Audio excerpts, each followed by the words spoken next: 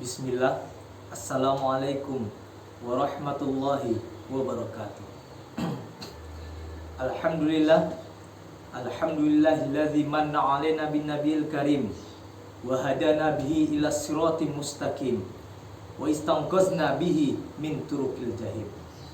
Asyhadu an la ilaha illallah rabbur rahim al malikul jawadul karim.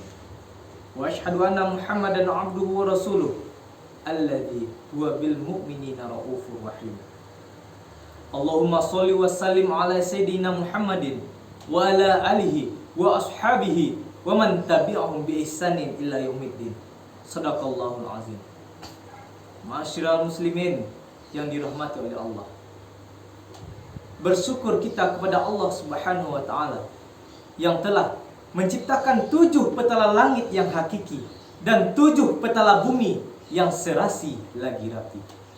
Di dalamnya ada gunung-gunung yang menjulang tinggi, lautan tiada bertepi, desah angin serasa memuji, kicau burung seakan bernyanyi, gesekan dedaunan menyentuh hati. Besar nikmat ilahi Rabbi, syukur alhamdulillah kita ucapkan sekali lagi. Alhamdulillah.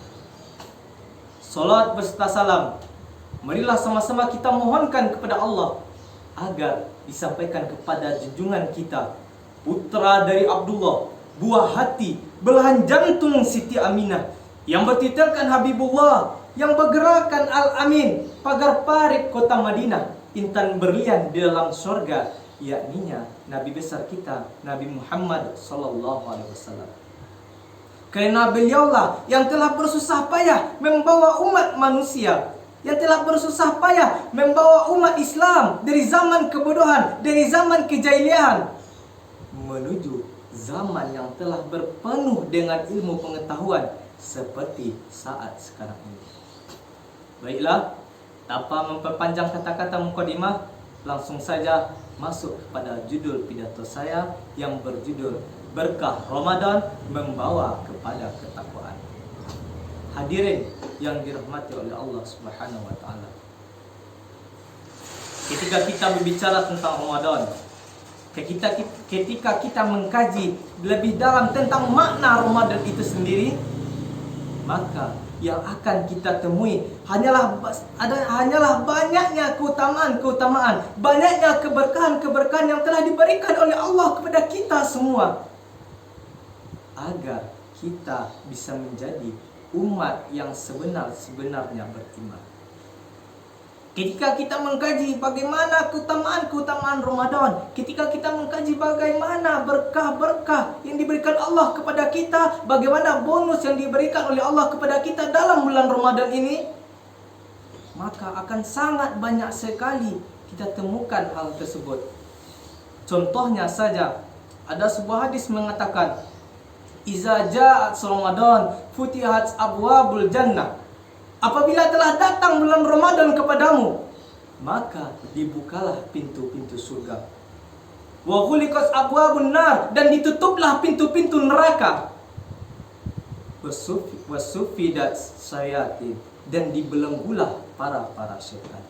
Hadis riwayat Bukhari dan Muslim. Dari hadis di atas dapat kita ambil makna bahwasanya saking cintanya Allah kepada kita, saking inginnya Allah kita fokus beribadah kepadanya, dan saking inginnya Allah kita beribadah terus-menerus kepadanya untuk meraih keberkahan dalam bulan Ramadan ini, Allah buka pintu surga, Allah tutup pintu neraka, dan Allah belenggu dan Allah ikat para setan-setannya. Kemudian dalam hadis lain juga dikatakan bahwasanya man soma Ramadana imanan wahtisaban ghufira lahu ma taqaddama min zambi. Barang siapa yang berpuasa di bulan Ramadan dengan keimanan dan mengharap ridho dari Allah Subhanahu wa taala, maka Allah akan mengampuni dosanya yang telah berlalu. Hadirin yang dirahmati oleh Allah, Masya Allah, begitu banyaknya, begitu besarnya, begitu luasnya keutamaan dan keberkahan yang akan kita dapatkan ketika kita berpuasa di bulan Ramadan. Ada satu ayat Al-Quran yang mungkin sering kita dengar, yang mungkin sering kita baca, dan mungkin kita sudah hafal semuanya, yaitu surah Al-Baqarah ayat 183. A'udzubillahi minasyaitonirrajim. Bismillahirrahmanirrahim. Ya ayyuhalladzina amanu kutiba alaikumus shiyam kama kutiba alal ladzina min qablikum la'allakum tattaqun. Wahai orang-orang yang beriman, diwajibkan atas kamu berpuasa kama kutiba alal ladzina min qablikum, seperti apa yang telah diwajibkan kepada umat-umat sebelum kamu, la'allakum tattaqun, agar kamu menjadi umat yang bertakwa. Dari ayat di atas sedikit timbul pertanyaan di dalam benak kita, di dalam otak kita. Pada awal kalimat dari ayat ini Allah mengatakan ya ayyuhalladzina amanu.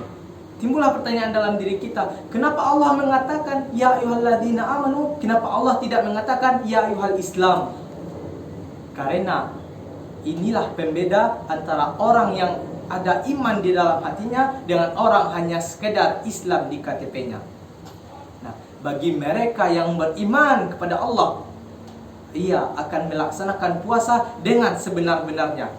Itu puasa adalah menghindari dari hal-hal yang membatalkan, dan yang mana salah satunya dari makanan, minum, dan dari hawa nafsu. Gunanya apa? Selain untuk meraih keutamaan, selain kita meraih keberkahan, muara akhirnya adalah untuk mendapatkan sebuah titel penghargaan ketakwaan di sisi Allah. Mungkin sekian dari saya. Jikalau ada kata-kata yang salah, saya mohon maaf. Billahi fisabilil haq fastabiqul khairat. Wassalamualaikum warahmatullahi wabarakatuh.